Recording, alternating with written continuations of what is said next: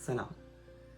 اليوم قريت قصة جميلة وعجبتني صراحة، فودي أحكيها لكم من باب الفائدة، ويلا نبدأ. القصة بدأت من عام 1933 وبطلها شاب أمريكي اسمه فيرنون رودولف.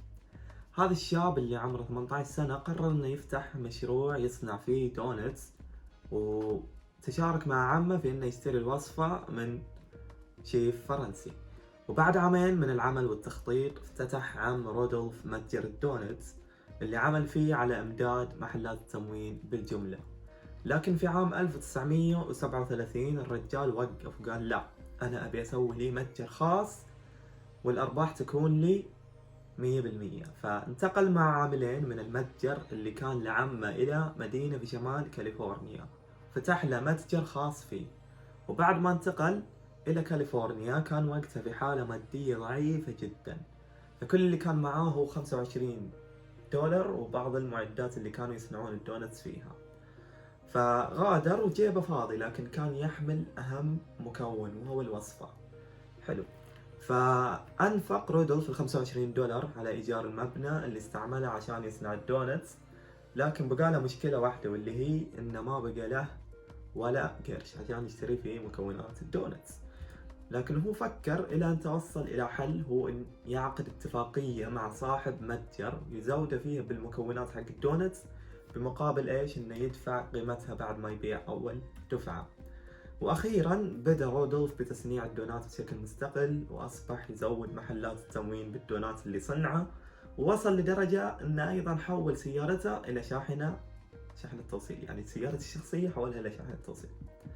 ومع الوقت بدأت الناس اللي تمر بالمصنع بأنها تلاحظ الرائحة الطيبة اللي تنبعث منه، وكثير منهم عرض على رودولف إنه يشتري دونتس من نفس المصنع. فاستغل رودولف الفرصة وفتح له فتحة بالجدار للمصنع، وكان شكلها دائري، وبدأ يبيع الدونتس على المارة. وكذا بدأت المبيعات بالتزايد القوي، وبدأ رودولف بالتوسع وفتح شركته الخاصة، وافتتح عدة فروع في مناطق مختلفة. ومن هذه النقطة بدأت الشركة تتوسع، وهذا الشيء خلق تفاوت في جودة الدونتس بين الفروع المنتشرة. وهذه المشكلة خلت رودولف يرجع يفكر من جديد، وبالفعل طلع بحل مبتكر بحيث انه يفتح مصنع خاص لصناعة الخلطة فقط وتوزيعها على الفروع، اللي بالتالي تستخدم نفس الخلطة في خبز الدونتس، وبالتالي نطلع عندنا دونتس من نفس المستوى.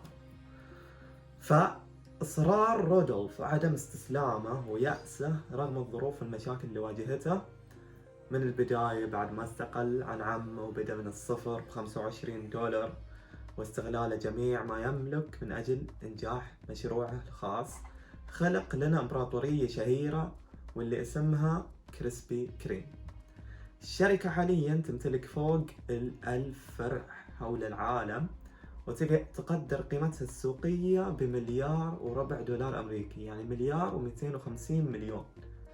فخلاصة القصة، لو كان النجاح سهلا لأصبح الكل أغنياء، ولكنه وليد الإصرار والمثابرة والشجاعة. وكذا وصلنا لنهاية القصة، أتمنى أنكم استمتعتوا. والحين راح أخذكم على جولة إلى مصنع الكريسبي كريم، ويلا.